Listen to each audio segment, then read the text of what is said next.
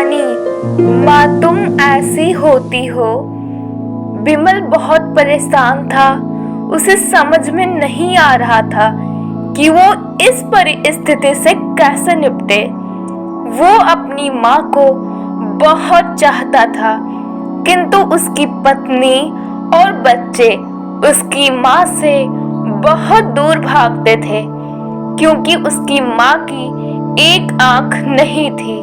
साथ ही उसकी कमर भी 90 अंश पर झुकी थी। वैसे वह अपना काम सब कुछ खुद कर लेती है, किंतु फिर भी वो उसकी पत्नी और बच्चों के लिए हमेशा खटकती है। दादी, आप ऊपर के कमरे में जाओ, मेरे दोस्त आ रहे हैं। बिमल के बेटे अखिल ने बड़े बेरुखी से कहा। पर बेटा, मैं तो यहाँ बहुत दूर बैठी हूँ। बिमल की माँ ने बहुत प्यार से कहा। नहीं, आप उनके सामने मत रहो, वो मुझे चिढ़ाते हैं। अखिल ने जोर से डांटते हुए कहा। क्या हुआ अखिल, क्यों चिल्ला रहे हो?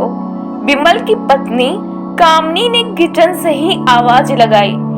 देखो ना माँ, ये दादी यहीं ड्राइंग रूम में बैठी है और मेरे दोस्त आ रहे हैं। अखिल ने शिकायत भरे लहजे में कहा। माँ जी, आप ऊपर चले जाओ, क्यों हम लोगों को लाजवाती हो? कामनी ने बेटे का पक्ष लेते हुए कहा। बेचारी सरस्वती चुपचाप उठकर जीने के सहारे ऊपर जाने लगी। कमर झुकी होने के कारण उन्हें ऊपर चढ़ने में बहुत परेशानी हो रही थी, किंतु वो पूरी ताकत से ऊपर के एक अकेले कोने वाले कमरे में जाकर बैठ गई। बिमल बाजू के कमरे से सब सुन रहा था। उसे कष्ट हो रहा था कि उसकी माँ को अपमानित होना पड़ रहा है, किंतु वो असहाय था।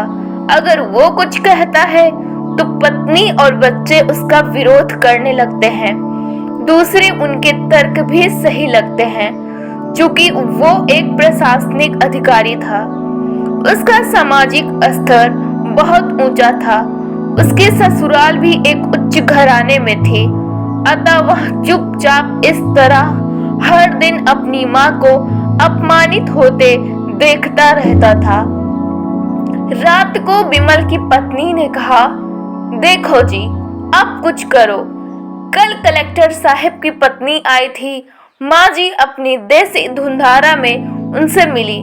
मुझे बहुत शर्म आ रही थी, बताते हुए कि ये मेरी सास है। मैंने कह दिया कि दूर की रिश्तेदार है, इलाज कराने आई है। बिमल को रोना आ गया, किंतु फिर भी वह चुप रहा। उसे समझ में नहीं आ रहा था कि वो क्या करे। अपने बेटे की मना स्थिति को सरस्वती अच्छी तरह से जानती थी और बेटे को कोई कष्ट न हो, इसलिए वो हर बात को चुपचाप सह लेती थी। बिमल बहुत उदास रहने लगा। एक तरफ परिवार और सामाजिक स्तर पर जीने की प्रतिबद्धता थी, तो दूसरी ओर माँ। आखिर माँ से अपने बेटे की यह हालत नहीं देखी गई। एक दिन उसने अपने बेटे से कहा, बिमल, बहुत दिन हो गए हैं, मैं अपने गांव जाना चाहती हूँ, मुझे वहां पहुंचा दो। मेरा यहाँ मन नहीं लग रहा है। किंतु माँ, तो वहाँ कोई नहीं है, तुम्हारी देखभाल कौन करेगा? बिमल ने आश्चर्य से पूछा। अरे सब गांव वाले तो हैं, और वो तुम्हारे मामा जी तो उसी गांव में रहते हैं, और फिर हम सारी व्यवस्थाएं कर आएंगे ना। कामनी को तो जैसे मन की मुराद मिल गई हो। हाँ बेटा, बहुत सही कह रही है, सरस्वती ने लंबी सांस लेते हुए कहा। बिमल जानता था कि गांव में माँ की देखभाल करने वाला कोई नहीं है, लेकिन अपनी पत्नी की जिद के कारण वह अपनी माँ को गांव छोड़ने पर विवश हो गया।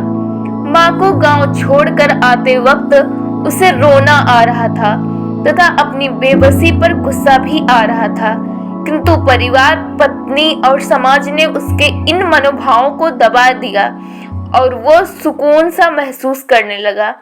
कुछ दिनों के बाद उसके चाचा, जो अमेरिका में रहते थे, आने वाले थे।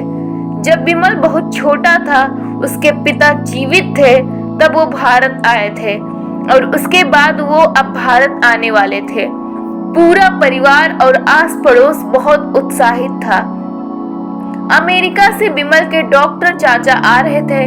डॉक्टर रमेश ने जैसे ही घर में कदम रखा, सबने मिलकर बहुत उत्साह से उनका स्वागत किया। क्यों विमल भाभी नहीं दिख रही है, कहाँ है? डॉक्टर रमेश ने उत्सुकता पूर्वक पूछा। जी वो गांव में रहती है, यहाँ उनका मन नहीं लगा, कामनी ने सपाट लहजे में उत्तर दिया। डॉक्टर रमेश ने विमल की ओर देखा तो विमल ने अपनी आंखें झुका ली। डॉक्टर रमेश सब समझ गए। बोले, कल हम भाभी से मिलने गांव चलेंगे सब लोग। दूसरे दिन सभी लोग गांव के घर में पहुंचे। देखा कि सरस्वती को बहुत तेज बुखार है और वो पलंग पर असहाय पड़ी है। डॉक्टर रमेश दौड़कर सरस्वती के पास गए, उनके पैर छूकर रोने लगे। सरस्वती की ये हालत उनकी कल्पना से परे थी। वाह बेटा विमल, तूने तो नाम उजागर कर दिया। अपनी माँ की ये हालत देखकर तुझे तो शर्म भी नहीं आ रही होगी। डॉक्टर रमेश ने विमल को लगभग डांटते हुए कहा। नहीं देवर जी, विमल का कोई दोस्त नहीं है, मैं खुद गांव आई थी। सरस्वती ने अपने बेटे का बचाव किया।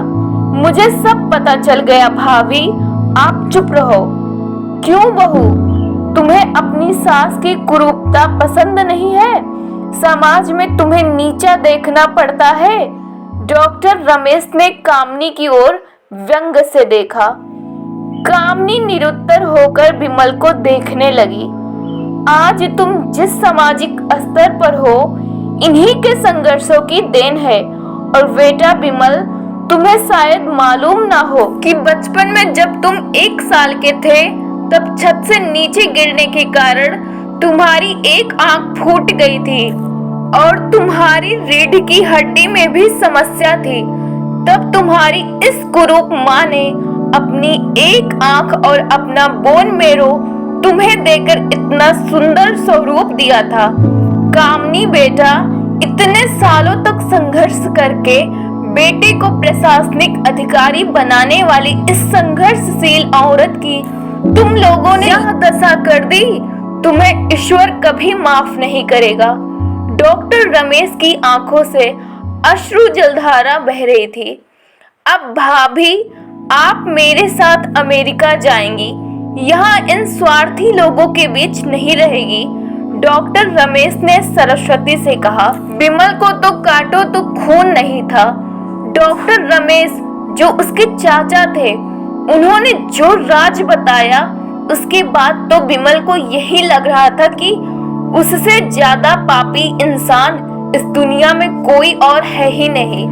वह दौड़ता गया और माँ सरस्वती के कदमों से लिपट गया। माँ, मेरा अपराध अक्षम्य है। मैं जानबूझकर चुप्पी साधे रहा, आपका अपमान करवाता रहा। अब सिर्फ आप ही उस घर में मेरे साथ रहेंगी और कोई नहीं। विमल ने अग्नि दृष्टि से अपनी पत्नी और बच्चों को देखा। कामनी को भी बहुत पश्चाताप हो रहा था, किंतु उसकी हिम्मत नहीं हो रही थी कि वो सरस्वती से आंखें मिलाए। सरस्वती ने कामनी की मना स्थिति को समझकर उसको पुचकारते हुए अपने पास बुलाया और विमल को डांटते हुए कहा, खबरदार, जो मेरी बहू को मुझसे अलग करने की कोशिश की तो तुझे ही घर से बाहर निकाल दूंगी। कामनी और बच्चों ने सरस्वती के पैर पड़ते हुए अपने व्यवहार पर माफी मांगी और माँ के हृदय ने सबको माफ कर दिया।